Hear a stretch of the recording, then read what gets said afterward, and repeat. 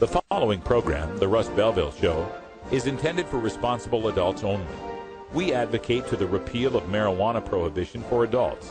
We discuss the science, culture, and controversy about America's marijuana laws. We do not advocate any illegal activity and encourage all listeners to learn their state and federal marijuana laws. Opinions and claims made by guests and advertisers on The Russ Belville Show are their own, and The Russ Belville Show cannot be held legally responsible for their validity or reliability. Viewer discretion is advised. You take a seed, you plant it, you grow it, you dry it, you roll it, you smoke it. You take a seed, you plant it, you grow it, you dry it, you roll it, you smoke it, and it goes down smooth. Hey! Spanning the continent to bring you the truth about cannabis and marijuana law reform. I smoke pot, and I like it a lot. From the promise of legalization. And I think that we need to rethink and decriminalize our marijuana laws. To the agony of prohibition. One major responsibility is to encourage people to use less drugs. The Russ Belville Show, the voice of the marijuana nation. Yeah, I hear you had a question for me. Now, here's your host, Radical Russ Belville. Good day, tokers and tokettes, and welcome to the show. It is Thursday, November 14th, 2013, and it's got to be 420 somewhere in the world. We are continuing our week-long look at Child Protective Services. It's CPS week here at 420 Radio's Russ Belville Show, and we've got a couple of great guests today in extended interviews to give you their perspective on the interface between our Child Protective Services, family law, and cannabis consumers.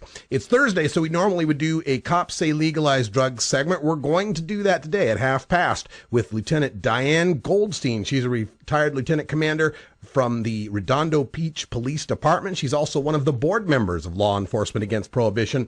We'll ask her about her experiences dealing with family law situations and how that impacts marijuana consumers. And then in hour 2, we've got an extended interview coming up with Mark Reinhart. He is a journalist with the blog Idaho Calling. He's been doing some great investigative work on the financial incentives of Child Protective Services to break apart families and how they have this perverse incentive to do so. We will talk about that in hour 2. We'll also take your calls at 971-533-7111. Also on today's show, it's Groovin' Thursday, so Bago Schwago will be calling in. He's got us a great song today, so we will bring that to you. It's called Floating by Chaifa, I think is the way you pronounce the name of the group, but we'll find out from Bago Schwago at 20 after.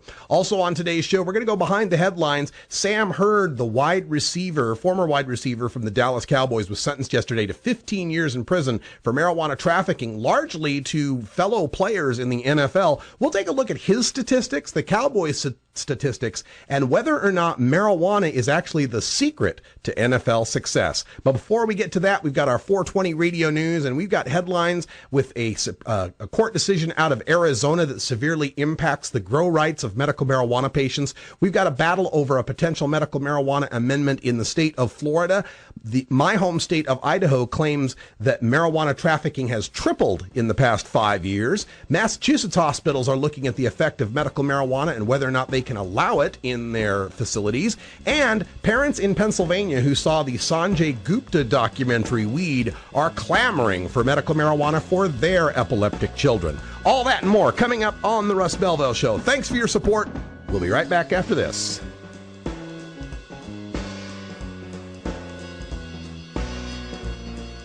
We'll be right back after these messages from our 420 friendly sponsors.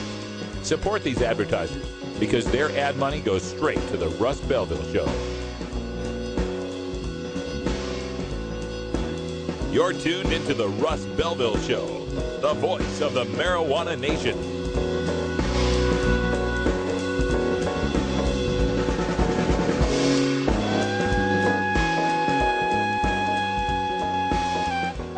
The law offices of Omar Figueroa would like to remind you to stand up for your rights. Please do not give up your precious liberties. There's nothing wrong with standing up for our constitutional rights, and in fact, it's the only way to honor the Constitution that recognizes our natural rights. Treat law enforcement with respect and respect the Constitution by standing up for your rights. If you are detained or arrested, stand up for your rights by repeating, I respectfully invoke all my legal and constitutional rights. I do not consent to any search and seizure. I want to remain silent, and I want to speak to my attorney, Omar Figueroa.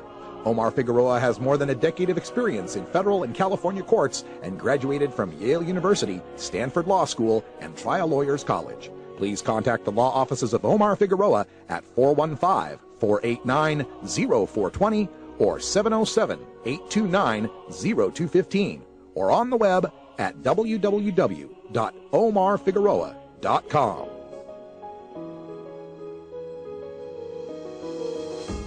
Cannabis Outreach Collective is an alternative health and wellness option located in Gladstone, Oregon, that serves patients in the Portland area and beyond.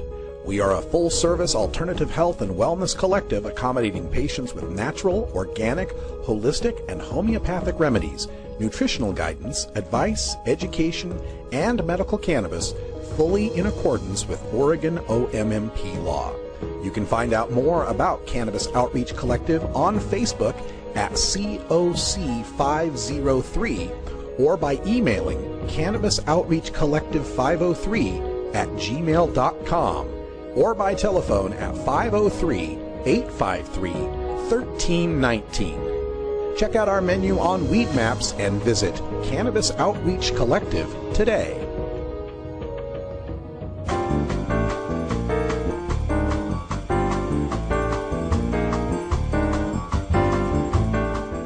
This is your 420 Radio News for Thursday, November 14th, 2013. I'm Russ Belville. Judge nixes medical marijuana users' right to grow their own, from azstarnet.com. Medicinal marijuana users have no constitutional right to grow their own drug, a trial judge has ruled. Judge Catherine Cooper of Maricopa County Superior Court threw out a challenge by two men to a provision in the 2010 voter-approved Arizona Medical Marijuana Act that says only those living farther than 25 miles from a state-regulated dispensary can cultivate the plants. She said there is no basis for their claim that the provision limits their health care rights. But Cooper left the door open for the men to raise a separate challenge that the 25-mile rule amounts to a violation of their rights under constitutional provisions guaranteeing everyone equal protection of the law. She said, though, they have yet to make a case for that claim. They cited provisions of a 2012 constitutional amendment that says individuals cannot be forced to participate in any healthcare system.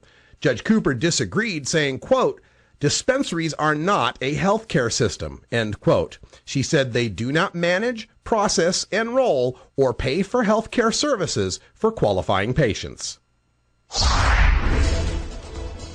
Legal battle brewing over medical marijuana in Florida, from bizjournals.com. To supporters, the wording of a proposed constitutional amendment to legalize medical marijuana is clear. But to Attorney General Pam Bondi in Florida and Republican legislative leaders and some politically powerful opponents, the proposal isn't clear enough and should not be allowed on the November 2014 ballot. Bondi's office said in a brief Friday, quote, the proposal hides the fact that the amendment would make Florida one of the most lenient medical marijuana states, allowing use for limitless other conditions specified by any physician, end quote. The full text of the proposed amendment defines a debilitating medical condition by specifying diseases such as cancer, Crohn's disease, Parkinson's disease, and multiple sclerosis, and also includes, quote, other conditions for which a physician believes that the medicinal use of marijuana would likely outweigh the potential health risks for a patient, end quote. Police. Marijuana trafficking in Idaho triples in 5 years, from KTVB.com. Idaho State Police say they're seeing a lot more marijuana traffic through the state than they used to. Said Lieutenant Brad Doty, quote, over the last 5 years, we've tripled the amount of drug seizures in regards to marijuana, end quote. Why the increase? Doty says it has nothing to do with anything that's changed in Idaho, rather within the nearby states. Quote, as those states that surround us lessen their marijuana laws, our drug seizures have increased, end quote. Doty says traffickers often take marijuana from those legal grow sites in those other states and bring it into and through Idaho to the Midwest to sell it. Since it's illegal here, there's higher demand and bigger profits, which is why Doty also believes this trafficking trend will only continue. Massachusetts hospitals weigh medical marijuana liability risk from commonhealth.wbur.org. As Massachusetts lays the groundwork for medicinal marijuana, new clashes between state law and a continuing federal ban on marijuana use are emerging. Hospitals, hospice care organizations, and nursing homes are weighing the balance of serving their patients and protecting billions of dollars in federal funding. Here's the dilemma. Toward the end of long forms that authorize federal payments to hospitals, an executive has to certify that, yes, the hospital is in compliance with federal law. But that statement would not be true if patients at the hospital are using marijuana for medical purposes and a doctor at that hospital is helping them. Parents demand medical marijuana for kids with relentless seizures from PennLive.com. Kathy Taylor never expected at age 66 to be fighting for her grandson's right to marijuana. Taylor, a retired lawyer, is among a contingent of Harrisburg area patients pushing for Pennsylvania to legalize marijuana for medical use. Many have children with severe seizure disorders. Many of them reached that conclusion after a recent report by CNN medical correspondent Dr. Sanjay Gupta called Weed. It focused on a Colorado child who was having hundreds of seizures per week. But Governor Tom Corbett is on record as opposing medical marijuana and saying he would veto a bill. And the Senate version is in a committee controlled by State Senator Pat Vance, a Republican, who said, quote, "The bill is definitely not coming out of my committee," end quote. This has been your 420 Radio News for Thursday, November 14th, 2013. I'm Russ Belville. When we come back, we go behind the headlines on the conviction of former Dallas Cowboys wide receiver Sam Hurd for marijuana trafficking, and whether or not marijuana may be the secret to success in the NFL. You're listening to The Russ Belville Show on 420radio.org. We'll be right back.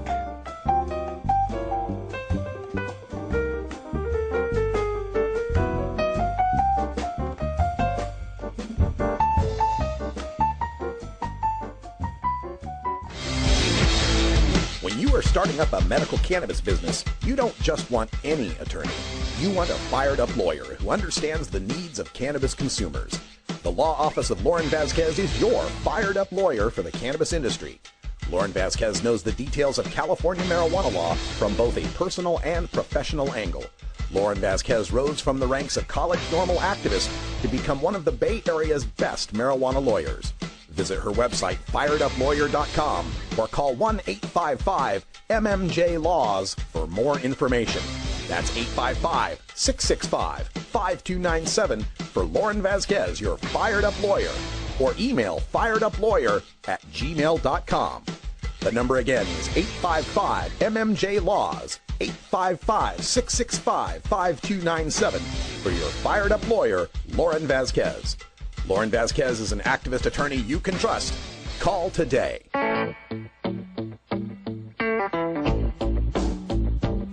a reefer smoking man. Wood Pipe Smoke Shop and Speakeasy is your source for cannabis community gear in southern Wisconsin.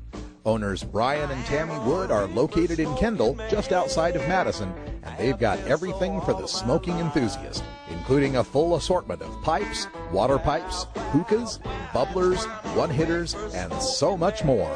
They're open noon to 8 p.m. Monday through Saturday and can help you with your detoxification therapies as well. Call 608-466-7473 or email woodpipes@yahoo.com for more information. That's 608-466-7473 or email woodpipes@yahoo.com. And as always, go Pack Go. Smoking man.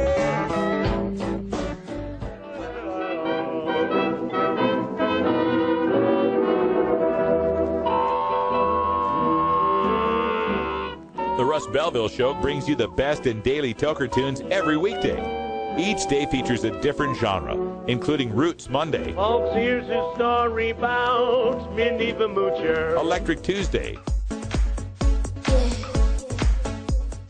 Irie Wednesday, Yes, I'm a ganja planter. Call me the ganja planter. Groovin' Thursday. Don't you wanna get high?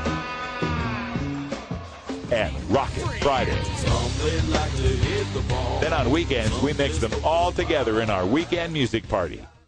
Welcome back, everyone. Time for us to go behind the headlines. And as you know, if you listen to the show regularly, I'm a huge fan of NFL football. So the news of former wide receiver for the Dallas Cowboys and Chicago Bears, Sam Hurd, got sentenced 15 years in prison yesterday for drug trafficking. He was facing 10 to life, so it wasn't as bad as it could have been. But this story is quite interesting, especially as you dig beneath the headlines on it, which we're going to do right now. First of all, the SI story came out yesterday as well that Hurd admitted, I wasn't SI story, I'm sorry, from his testimony, that he admitted to trafficking in pounds and pounds of high-grade California weed that he mostly shared with his teammates at cost.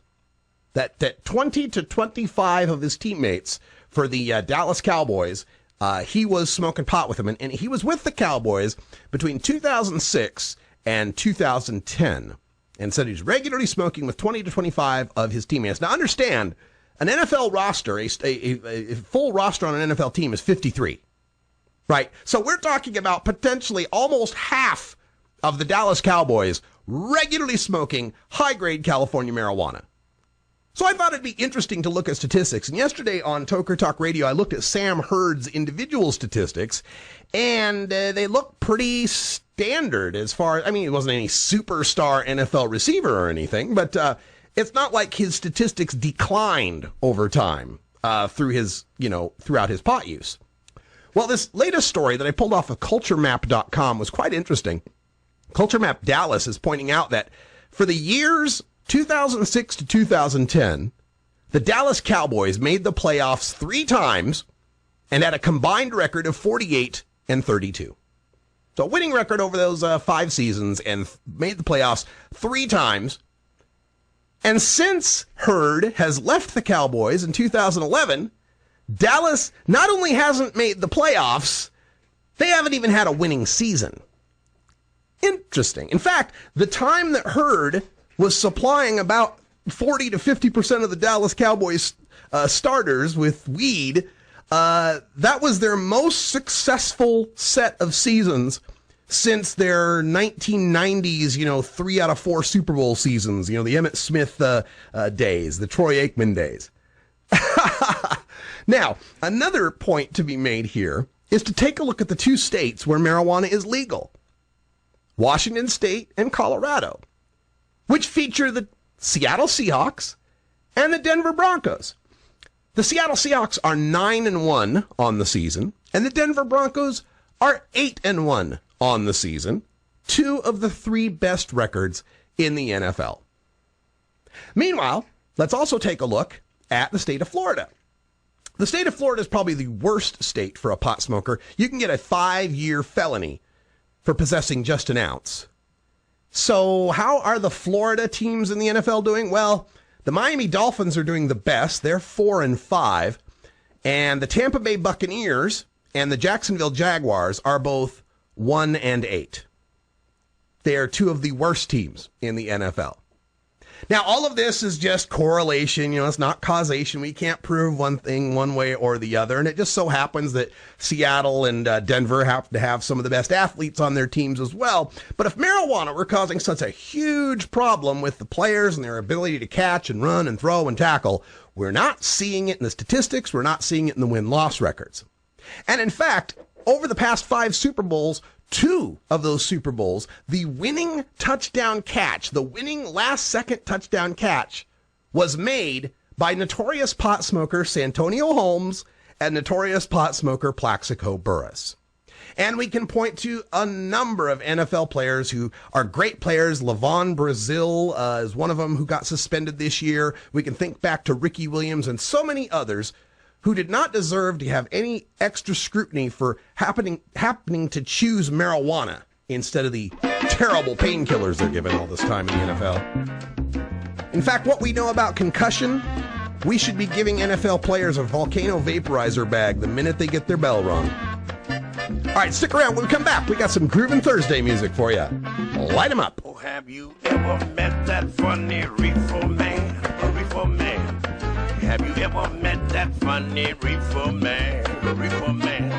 If he said he swam to China, he would sell you South Carolina. Then you know you're talking to that reefer man. Let him bring in the beat. Adam Hand of Handmade Apparel produces quality custom designs for t-shirts, hats, and other apparel. Handmade Apparel is the official design shop for 420 Radio, The Russ Belville Show, Ganja John, and Cascadia Concentrates, among many clients who rely on Adam Hand for everything from short-run custom projects to full-run clothing lines. Adam's meticulous designs are individually crafted and screened in vibrant, high-definition color. Visit handmadeapparel.biz to browse the selection of handmade gear or to get a personal quote for your own designs. Handmade Apparel, a proud supporter of 420radio.org.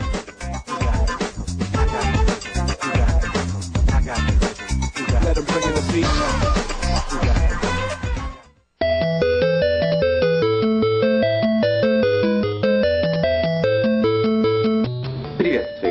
Меня зовут Дани Данько. Я редактор журнала High Times.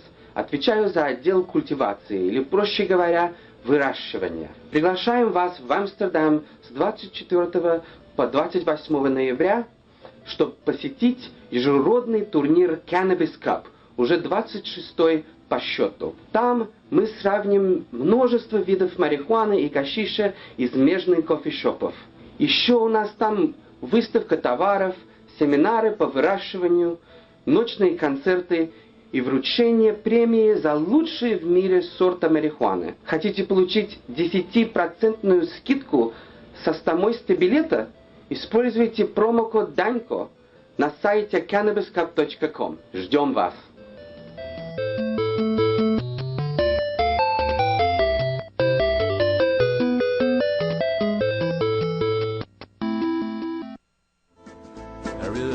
Peaceful solution called a peace revolution, and now let's take back America. Hi, this is Willie Nelson.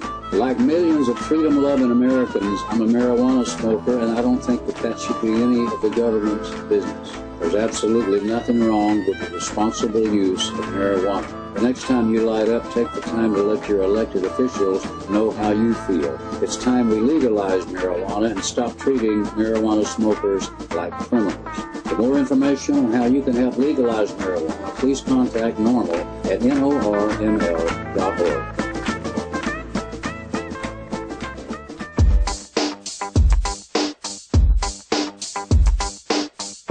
Everyone knows music and marijuana go together, so let's wind up our 20 after break with the Russ Belville Show's Daily Toker Tunes, the best in pod-safe 420 music from around the web. Today is Groovin' Thursday, featuring rap, hip-hop, soul, and funk music. You can get downloads and more information about all our Daily Toker Tunes by visiting music.radicalruss.com. Now, sit back and enjoy your Daily Toker Tunes. Welcome back, everybody. Time for some Groovin' Thursday music, and we got Bago Schwago on the line. How you doing? How are you doing? I'm doing fantastic. Glad to hear from you. And for today's tune, we're actually going to do something we don't usually get a chance to do here, and that is a double shot. I saw the uploads were kind of short, and I thought, well, what the hell? Let's play them both. So what can you tell us? Yeah, it sounds like a great idea. I mean, they are two songs. I think they're only about 2.5 minutes long each. And I really couldn't find much information on this gentleman except for his name. I believe we say it Chifa. I know you were trying to figure out the way to say it earlier. Chifa, that makes sense.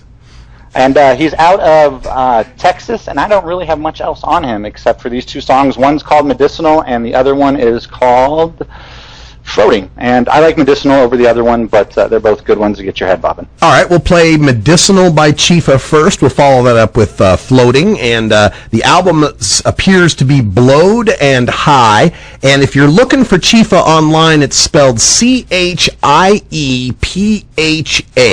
Chifa. So there we go. Sounds like a plan. And hey, are you still coming out here in December? Is that still a plan? That's right. December 4th, I will have a 10-hour layover at the Phoenix airport. So we are planning to do a show probably from the Wax Lounge in Tempe. And it's my hope that you'll be able to be there live with us. I'm planning on it. And now that I got my card, I should have no problems being there for sure. All right. That sounds great. Let's get to the music. This is Chifa with Medicinal.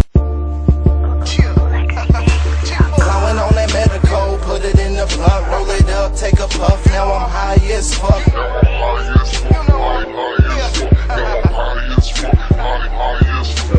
Blowing on that medical, put it in the blunt, roll it up, take a puff, now I'm high as fuck.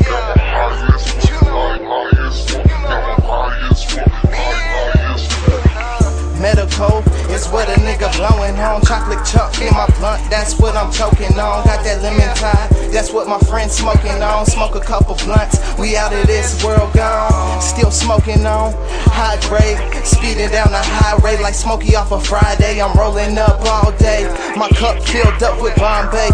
Real nigga entree, smoking on that Cali mist, chilling on my Cali shit with a fine Cali bitch. That's on my shit, gotta love it, break it down and roll it up. Chillin' with that ice cream, cause I'm smoking Dairy Queen. It's nighttime, I might pop a bean, roll up, I'm blowing on that Maui Kush. She's smiling kinda hard, cause I'm feeling on that tush. And I'm rolling up them papers higher, learning from them books, yeah. Blowing on that medical, put it in the blunt, roll it up, take a puff, now I'm high as fuck.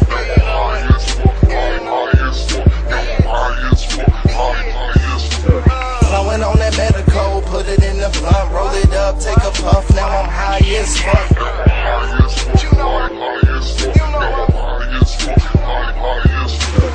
It's Chifa, you know I'm blowing all the time. Got that money on my mind, so I hustle and I grind. Smoking on that pine, just to kill off the time. Looking in the sky, cause I'm feeling kinda high. You know I stay fly, like a G5. Only difference is, I'm living in the sky. Your girl looking thick, so I'm about to baseball hit. Take a hit of the orange, cause she lifted in this bitch.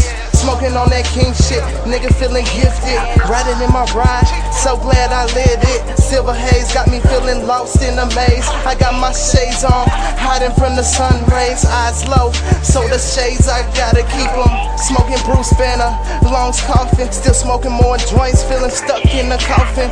Nigga, I don't even know how a nigga walking. Blowing on that medical, put it in the blunt, roll it up, take a puff, now I'm high as fuck.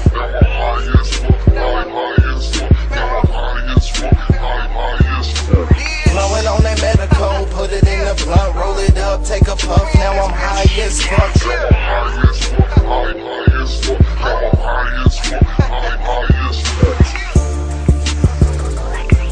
Bitch ass. Nah, I'm just playing. I'm high as fuck. I'm smoking on that good weed, that medical. So, I really ain't feeling shit right now. I don't give a fuck, bitch. I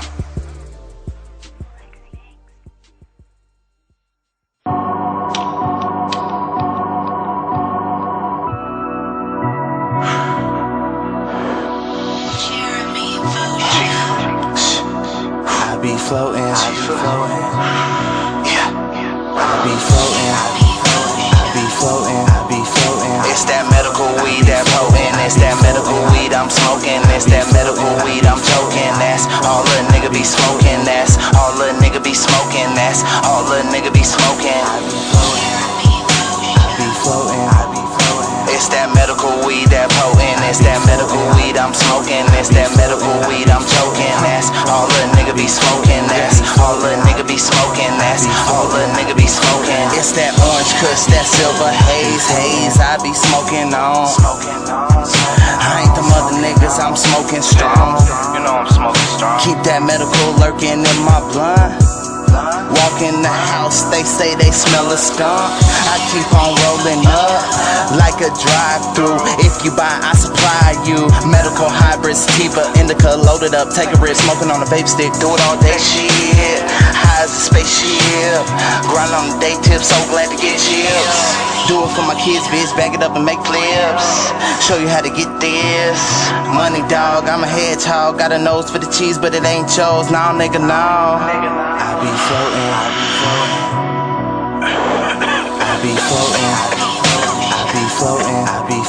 It's that medical weed, that potent. It's that medical weed I'm smoking. It's that medical weed I'm choking. That's all a nigga be smoking. That's all a nigga be smoking. That's all a nigga be smoking. I be floating.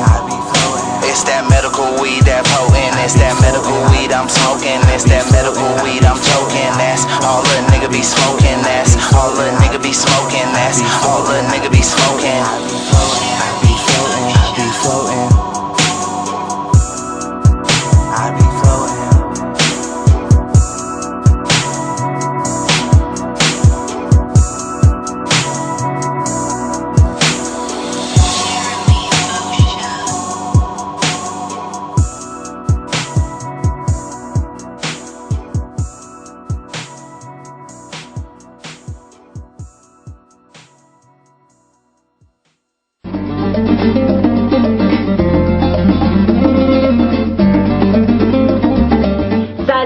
Desde la revista High Times, te invitamos a venir a Ámsterdam desde el 24 al 28 de noviembre al 26 aniversario de nuestro Cannabis Cup, donde demostraremos las muchas variedades de marihuana y hachís en los coffee shops. También tendremos una exposición de productos, seminarios de sembradíos, conciertos en las noches y una ceremonia de premios donde honramos la mejor marihuana del mundo. ¡Vámonos!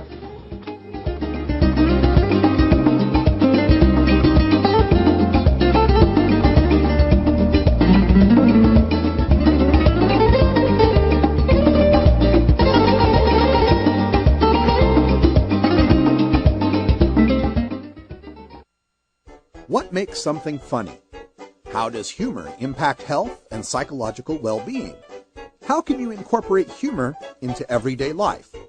A concise, reader-friendly introduction to an important but often underappreciated topic in modern psychology, Humor 101 explains the role of comedy, jokes, and wit in the sciences and discusses why they are so important to understand. Psychology professor Dr. Mitch Earlywine draws from his personal experiences in stand-up comedy to focus on how humor can regulate emotion, reduce anxiety, and diffuse tense situations, expose pretensions, build personal relationships, and much more. He irreverently debunks the pseudoscience on the topic of humor and leaves readers not only funnier, but better informed. It's part of the Psych 101 series from Springer Publishing, Humor 101 by Dr. Mitch Earlywine, Ph.D. It's quite simple. I'm a very nasty drunk. I get mean. I get loud. I'll tell your deepest, darkest secrets to a stranger, and I'll puke on your shoes. So, if that's the kind of behavior that this culture promotes, fuck it. Your one-room schoolhouse of choice. Your one-stop freedom shop. It's the Libra Lounge. Sundays at 3 right here on 420radio.org.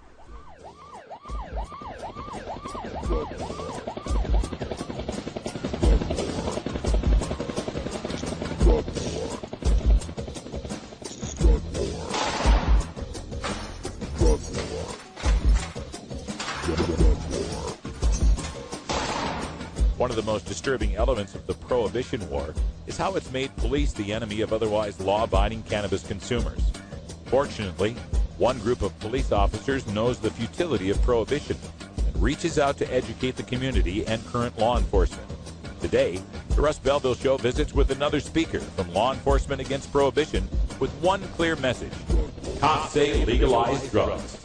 Welcome back, everybody. 34 after the hour, and joining us right now is one of my favorite people in the whole world. On the board of LEAP, the Law Enforcement Against Prohibition, we have Diane Goldstein. Diane, welcome back. Hey, Russ. Thank you so much for having me here. We're doing a special series of shows this week where we're focusing on the impact of Child Protective Services and the drug war on families and mothers in particular. And I just wanted to open up with that and give you the opportunity to give us some of your experience on how you've seen this drug war affect families. Well, you have to really start with the purpose of having Child Protective Services was never to rip apart families. What it was to provide wraparound services and resources to keep families together. And taking children out of a family's home was the last thing that you would do, in the sense of there had to be some tremendous dangers. So when I worked detectives, when I was working in law enforcement, whether it was patrol or as a supervisor, the assessment was, what can we do to keep the family together, number one, and number two is how severe was the issue, the problem that needed to be corrected. And so you would really have to have someone who's molested or beaten or something really significant. And the war on drugs has changed that. Simply that if you have, let's start talking about medical marijuana as the classic example, is even though you're a patient, you're responsibly using it, we're going to take your children because it's against the federal law. And I think that's what needs to be changed. And this is a story that we've heard over and over again. There's the Daisy Bram story there in California, Baby Bree in Michigan. We've got stories from all of these medical marijuana states where the mere use of medical marijuana, or in some cases the growing of a plant, is considered enough to be called child endangerment. And yet on yesterday's show we spoke to... Yeah, and that's not what child endangerment was about. Right, exactly. And we spoke to Lisa Calvin, a teacher who had taught in Iowa, and spoke of her experiences reporting actual abuse, seeing bruised kids in school who then Child Protective Services never did intervene, saying there wasn't enough to make the case, and then destroying that trust between the teacher and the child. How did this get so perverted in that actual cases of abuse are being ignored by Child Protective Services in favor of medical marijuana patients? You know what? I think a lot of it has been driven by political ideology and rhetoric, quite frankly. And then I think no different than those underlying circumstances that surround policing for profit. There's also those underlying circumstances that surround adoption for profit. And it's, if you start looking at kind of some of the federal drug laws, they started to incentivize, whether it was CPS or law enforcement, for either arresting more drug offenders or taking children out of folks' homes who allegedly were drug addicts or used or abused drugs, because there is an incentive motive for CPS. They are getting, and I'm not certain what the latest federal amount of money, but I think at one point they were getting like $8,000 for every successful adoption and termination of family rights. Wow. This is, it seems like every direction we look here, there's been a profit motive attached to it. We, of course, have talked many times about the burn justice grants that incentivize cops to go after pot smokers over real criminals. We've got the CPS now with adoption incentives to break up those families once the pot criminals are taken and put them with other families. And then we've got the prisons for profit where we can take the pot criminals and house them away. What are we going to do, Diane, to change this profit motivation in any of those areas? Well, I think that probably one of the first places that we have to start is by really engaging our activist community to become much more sophisticated and much more politically astute. And they have to start taking responsibility for, in some aspects, maybe it's creating a marijuana lobbying organization that contributes money to PACs that backs candidates that are pro-drug reform laws, and it doesn't have to be a partisan issue. I mean, you can start looking at whether it's, the Gary Johnsons of the world or some other politicians that are finally starting to call for the end to the war on drugs. I think that's going to be incredibly helpful. And then I think what is also successful is working with organizations like, the ACLU or the Drug Policy Alliance or other local coalitions where you can start bringing in personal experiences and stories. I was just in New Mexico over Veterans Day weekend where I did an advocacy panel, or I wouldn't even call it a panel. I facilitated the whole entire day for the Drug Policy Alliance to encourage veterans to organize and then work with collaborative partners to get in front of legislators and tell their personal stories. There's nothing like an articulate mother whether it's Bree's parents or Daisy Bram or someone else's, who gets in there and talks about the things that happened to them when their family was torn apart. You know, the economic loss, the damage emotionally to children. You know, you start getting psychologists who work with kids that talk about the damage. You start, in addition to bringing in faces like Law Enforcement Against Prohibition or other social justice organizations that show the impact of removing a child out of that loving environment really early on. And let's just use classic examples, like the 3-year-old girl in Texas that was killed after her parents were caught smoking pot, even though it wasn't a danger to the child. The child didn't even know. I mean, those are the things that we need to address, and those personal stories makes it really hard for politicians to turn their backs on us, Russ. Yes, and, you know, we've also spoken many times about the gross racial disparity in the drug war with respect to arrests and incarceration and sentencing and so forth. Did you see in your experience a racial disparity with how these Child Protective Services cases were handled? No, interesting enough. Well, and I think it's also it's different demographically. You know, where I was at is children were taken out of folks' home, and for the most part, it was done in a fashion that it really didn't revolve around the drug issue. But then it's changed radically in the last 10 years, which is when I've been out of law enforcement. I retired in 2004. It's almost 2014. And it's really been those last 10 years where it's changed dramatically. In California, you know, with respect to medical marijuana, it's been a lot of families that are kind of maybe living off the grid. They're white. They're not necessarily, you know, they're not urban. But it's different when you go to another city, you know, so it really depends. But the classic example is even with drug use, you know, when I was working, it was about the behavior. Because whether you're abusing prescription drugs or alcohol or, you know, some other type of substance, there had to been a distinctive behavior that caused your child to get taken away from you. Probably the classic example that I have is we had a child that was a failure to thrive baby, but the child wasn't being fed.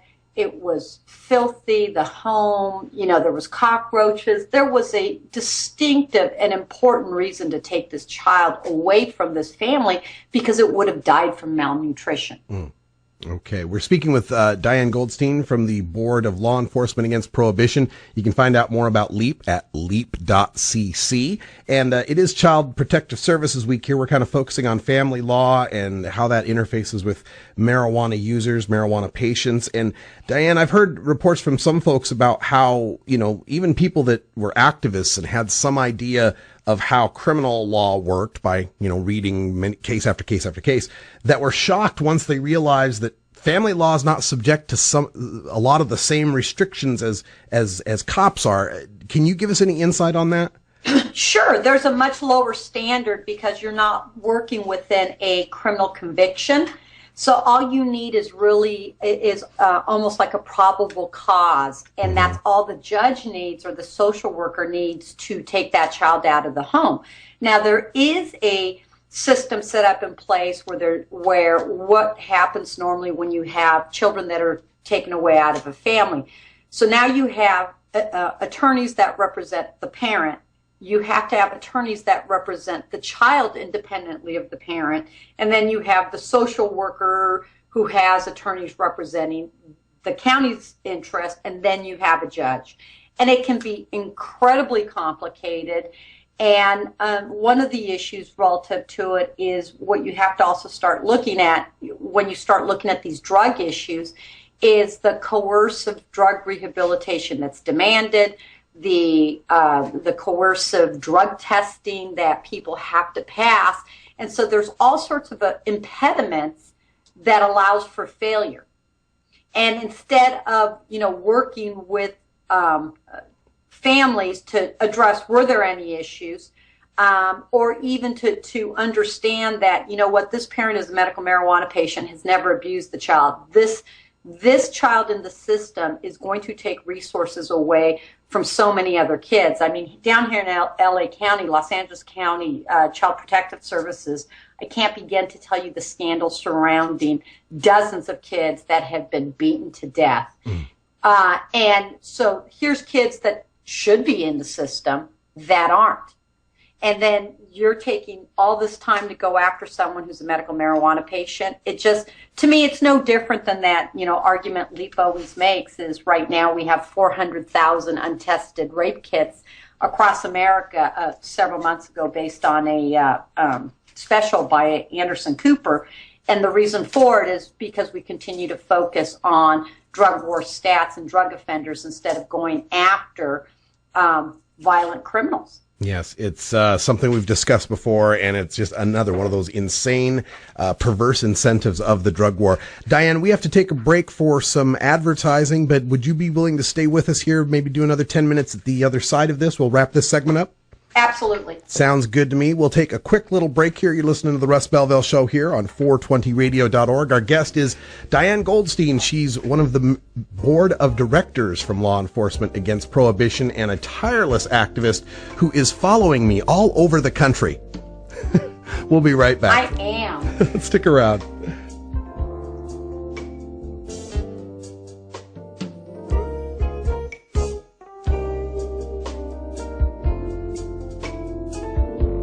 We'll be right back after these messages from our 420 friendly sponsors. Support these advertisers because their ad money goes straight to the Russ Belville Show.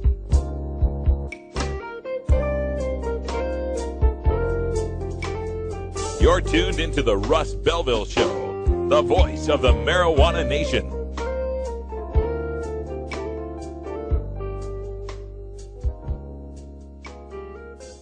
Ever wonder how often to change your bong water? The most effective method for baking pot brownies? The best destinations for a ganja getaway? How to hide herb in your car? Whether to grow your own? How precisely to legalize it? Or how something as wonderful as marijuana ever got to be illegal in the first place? Finally, you can find all these answers and much more in the official High Times Pot Smoker's Handbook, featuring 420 things to do when you're stoned. Since 1974, High Times magazine has covered marijuana in all its aspects and wonders, from cultivation to legalization to the herb's enduring and exalted place in popular culture. Packed with inside information, the official High Times Pot Smoker's Handbook rolls all of this collected wisdom together into a single indispensable ganja guide, including an entertaining look at marijuana's history, profiles of herb-friendly travel destinations and festivals, favorite potluck recipes from the High Times staff, smoking skills, advocacy and activism, essential marijuana movies and songs, profiles of famous cannabis strains, comprehensive growing information, celebrity endorsements, and much more.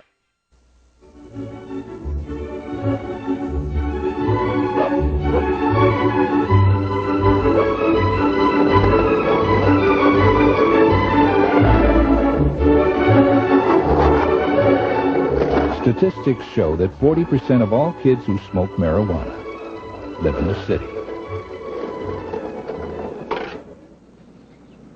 Guess where the other 60% live? Legalize it.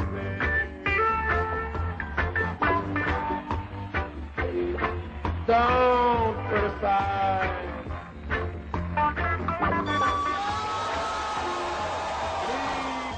Just overjoyed. I've been cannabis activist for 40 years. We're turning the corner on a failed policy that's been disastrous for our communities, and things are going to get better. 80 years ago, we repealed alcohol prohibition in this state. We did it prior to the federal government, and we're doing the same thing when it comes to marijuana. We are a step ahead, and we will continue to lead the way. It means I'm going to smoke a lot of weed tonight. Woo! Some call it marijuana. You're listening to Radical Russ on the Russ Belville Show. Welcome Welcome back, everybody.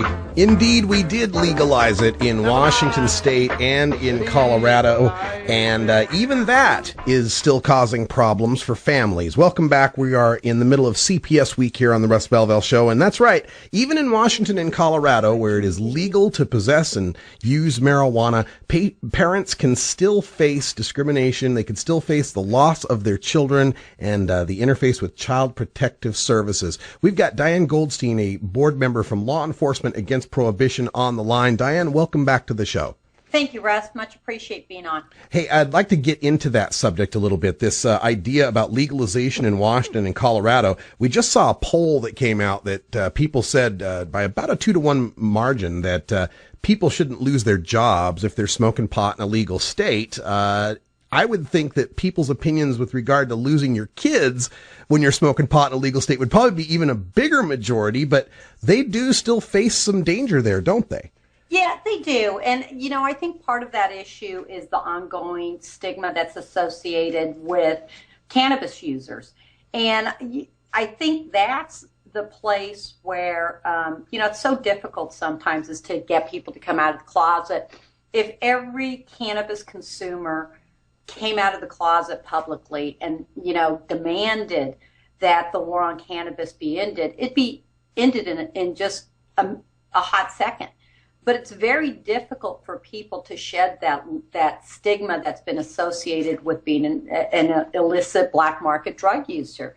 And until people, you know, let go of that, and until our politicians, until law enforcement does it, it's going to be very difficult. So, you know, this whole greater issue of legalization across the states and the acceptance of medical marijuana or full legal recreational, I think is significant because that's going to change the face of how we deal with our children and our families. And I think that, you know, LEAP says it, and I've said it for a long time, is we have to start recognizing and treating, you know, drugs differently.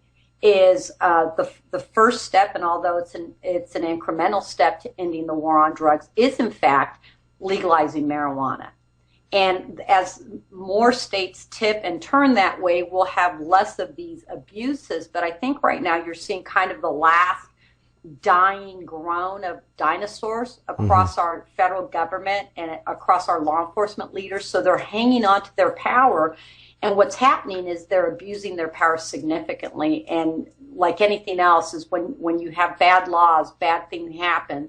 And the more we can show the impact of the breeze or that tragic, horrible circumstance where that little girl got killed because of a foster parent, or things like the unconstitutional body cavity searches out of Deming, New Mexico, or, you know, Texas roadside body cavity searches on females. The more we shine the light, I think that the more change we can affect. I agree with that, and I've seen a lot of that happening over the past 2 or 3 years with the stiletto stoners phenomenon and Moms for Marijuana and more of these high-profile women coming out and admitting that they are cannabis consumers. But we get a good question here from our chat room. Lively Libra wants to know, how do you do that without fearing arrest when you're in a non-legal state, a non-medical state like Iowa or Texas or Florida? It's a little different than, there's some parallels with the gay and lesbian movement, you know, coming out of the closet, but you couldn't get arrested for being gay, although you could lose your job. How does one do that how would you do that in a non-legal state? You know, I think that the strongest and the best way to do it is by getting in contact with a local drug policy reform organization. And the ones I always recommend are like Drug Policy Alliance or the ACLU that have some real significant legal beagles behind them and work through the back door to start sharing your story or your family's story with legislators and with people in power. But the other thing is simply coming out to your family and friends is a big part of it. Think about that. There's a lot of people who are very open about their being a cannabis consumer or being a patient, even if it's in a non-medical state, but they won't share that with people that they love because they feel that the people that they love will judge them. And so that's no different than the LGBT movement. Is we have to start by influencing those closest to us, who then can carry that torch of advocacy for us as well. But it is scary because, quite frankly, different than, coming out of the closet in today's day and age. I mean, they used to arrest people that were gay and homosexual. They no longer are. But sometimes it's just starting off with those you love and then working your way into some more of a public advocacy type work. And that's the hard part, because you are going to be a target. I really believe that I'm a target in California law enforcement now because of my very, very strident voice against people like, the California narcotics officers or the California chiefs. So I'm really careful about if I have a glass of wine, my husband drives or my son drives, I understand that fear and having to protect yourself personally. I just got back from visiting my folks in Idaho, and I always imagine at the Idaho State Police, there is a nice headshot of me with maybe a bounty in, I don't know what they put on my head there, but I understand where you're coming from, Diane. You mentioned coming out and being open with your family and friends, and in one situation that happens, we have married couples who are using cannabis. Maybe one or both of them are using cannabis, but then they end up getting a divorce, and one spouse will use that against the other spouse. What have you ever heard of? Is there any possibility someone could, and maybe this is more a question for a lawyer, but something to the effect of a prenup where parents could agree they wouldn't use that against each other? I mean, that's an interesting side of this, don't you think? You know what? And that's the, people being people. I used to get that a lot when I was working child abuse, where people would basically accuse the other spouse of either physical abuse, being drug addicts, or sexually molesting their children. And so, that's that whole ethical, moral, how do you get people to do the right thing and not to lash out against those that they used to love? I just find it appalling, because it's one of those things that, you were with this person enough that you had their child, and now you're out to destroy them. It's different if that person is truly a bad actor and is endangering that child. But yeah, that'd be, you could always do it in a prenup, but it would depend on how the courts would look at it. Yeah. Yeah. I would think it being, if, an illegal substance in some states, you couldn't really make a contract regarding an illegal substance. I don't know. We'll have to ask the lawyers. Yeah. But it's a tough situation, and who suffers most in those types of situations? The children. Just like when CPS comes in and takes a child out of that loving environment. Another aspect of this to talk about, of course, we focus primarily on marijuana on this show, but Law Enforcement Against Prohibition is for the legalization of all drugs. And while it might be easy to talk to the general public and say, we shouldn't take away a kid if someone's smoking pot, I think it might be a harder argument to make if they're smoking meth or snorting lines of coke. To what level should someone's drug use be a per se indicator of bad parenthood? I think is one, and this is the real difficulty, because it's very, very subjective. Because you could go into someone's family and that mother, if she has one drink, turns abusive. So I think just like when we talk about it from the LEAP perspective, you have to separate the behavior away from simply the use of that drug. We have a tremendous amount of laws on the books already that today, if all drugs were legal today and we walked into a house and you had someone who was on heroin-assisted program, let's say some type of pharmaceutical model, and they beat their child because of being under the influence, it's the behavior that you have to focus on. And I think that's the thing that we have to continue to do. And then we have to give families who are struggling with addiction, no matter if it's prescription drugs or something else, the resources in order to get effective treatment and become better parents. Absolutely. Diane Goldstein with the Board of Directors of Law Enforcement Against and also a former Lieutenant Commander, Redondo Beach Police Department. Thank you so much for joining us and giving us your expertise, and we'll talk to you again soon.